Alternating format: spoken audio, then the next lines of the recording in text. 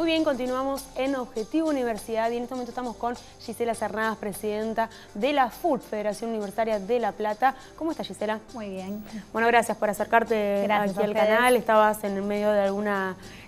marcha, manifestación, segura por el pañuelazo. Por el pañuelazo en La Plata, exactamente. Bueno, vamos a hablar un poquito sobre lo sucedido en el Congreso de la FUBA este fin de semana. Fue un congreso con un contexto complicado, donde terminó con represión a los estudiantes en la Universidad Nacional de Buenos Aires. Exactamente, se dio el sábado pasado el Congreso de la Federación Universitaria de Buenos Aires, a partir del cual se iban a renovar las autoridades.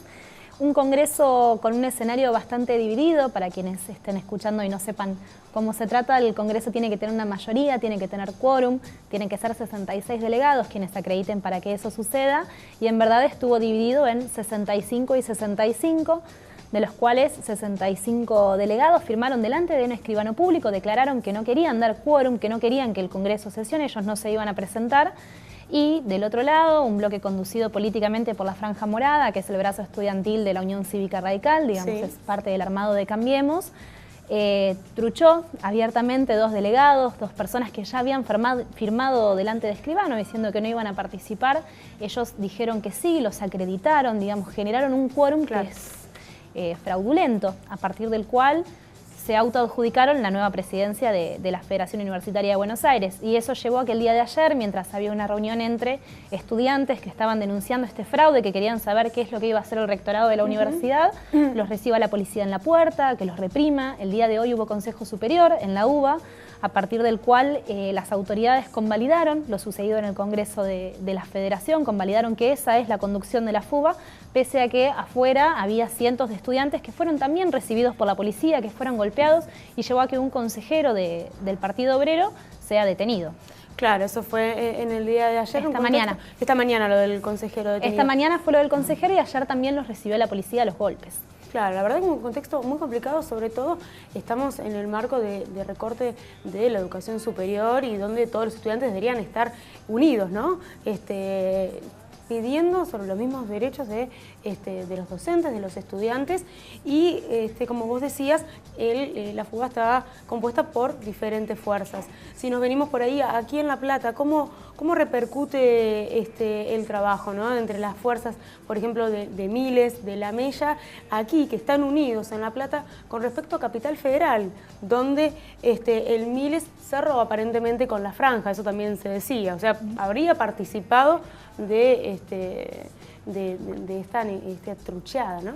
Sí, el frente que está impulsando la Franja Morada es un frente que muy astutamente no han sido ellos la conducción, no tienen la presidencia, no tienen la vicepresidencia, eso por el contrario lo tienen organizaciones independientes. Y también el movimiento estudiantil tiene esas complejidades, ¿no? Que uno plantea ciertos marcos de alianzas en una universidad y quizás a 50 kilómetros de distancia se encuentra con que las organizaciones hacemos cosas distintas. No es que existan diferencias en términos de orientación o una falta de coherencia, sino más bien que hay lecturas distintas de la coyuntura política, lecturas distintas de cómo intervenir en cada universidad. Nosotros en particular, en lo que es la Federación Universitaria de La Plata, sabes que tenemos una federación que está conducida por un frente amplio, con organizaciones de izquierda, peronistas, kirchneristas, del progresismo, y priorizamos siempre poner por delante lo que es la unidad política, entender que al macrismo se lo enfrenta en unidad, que se lo enfrenta en las calles. Dejamos de lado las diferencias que nos encontraron quizás en los años anteriores, las diferencias en términos de la salida electoral con la cual enfrentar a Cambiemos, pero sí pusimos por delante que hay una diferencia que no puede fallar, que es o se está con el pueblo o se está en contra, y nosotros humildemente construimos una federación que pueda aportar a las luchas de nuestro pueblo para enfrentar lo que es el ajuste del macrismo. Y en la Federación Universitaria de Buenos Aires creo que la situación es bastante compleja, porque la conducción a la cual se está desplazando de su lugar ilegítimamente es una conducción que ha denunciado sistemáticamente lo que son los casos de corrupción en la Universidad de Buenos Aires. Sí. La Franja Morada orquestó este frente dejando organizaciones independientes en los cargos, pero estando por detrás los intereses de los actores como Jacobiti, que también ha tenido muchas denuncias de corrupción en la UBA, porque efectivamente es una federación que molesta a los intereses del rectorado y del gobierno de Cambiemos, que quiere ajustar sobre la educación pública. Sí, seguro, pero bueno, esas por ahí contradicciones dentro de una misma, de un mismo movimiento, ¿no?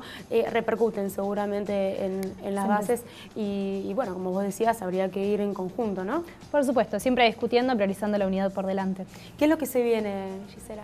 Se vienen por delante una reforma laboral muy importante del Estado que que está ya en el Congreso, ya se está discutiendo, así que efectivamente nos vamos a tener que encontrar como campo popular nuevamente en las calles, como sucedió en diciembre del año pasado, enfrentando lo que fue el proceso de la reforma previsional, y sin dudas mucha unidad del movimiento estudiantil en conjunto con los trabajadores y trabajadoras, que todavía se encuentran discutiendo una paritaria que es a la baja, pese a que el gobierno le aumenta algún porcentaje, sigue siendo muy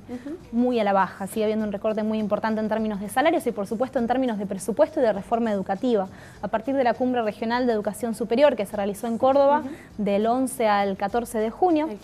al 15 exactamente estos días, de cara al centenario de la reforma, se han dado ciertas discusiones por parte del gobierno que hablan de una voluntad de modernización, pintado con palabras que son quizás eufemismos de lo que nosotros entendemos es una desarticulación del sistema educativo como existe hoy, en particular con lo que es el Sistema Nacional de Reconocimiento Académico, que plantea que por medio de créditos uno puede ir estudiando en distintas universidades, que pueda estudiar en empresas,